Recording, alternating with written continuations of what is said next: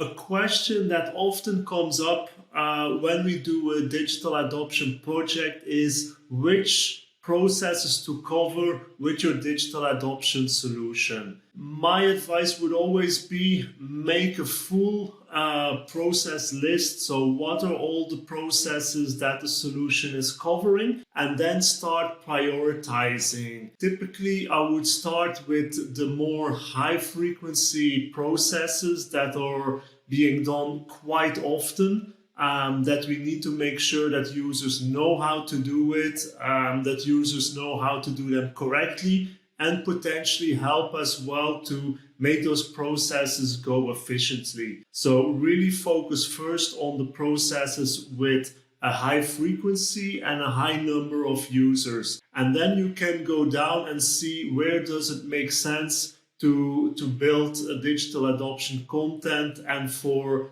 which processes. I think secondly, what to consider as well is most people know digital adoption from the step-by-step guidance. Click here, go there, do this, and then click the save button. But that's not always the right solution to address a problem. So also, especially for less frequent processes, sometimes just a little bit of explanation with like a smart tip or launcher would already be sufficient, because then you don't need to invest the time to build the step-by-step guidance, but you can just give the users little clues. Also, processes that are done by your admins, which are really trained super users, they not necessarily need the more complicated step-by-step guidance, but you can also just do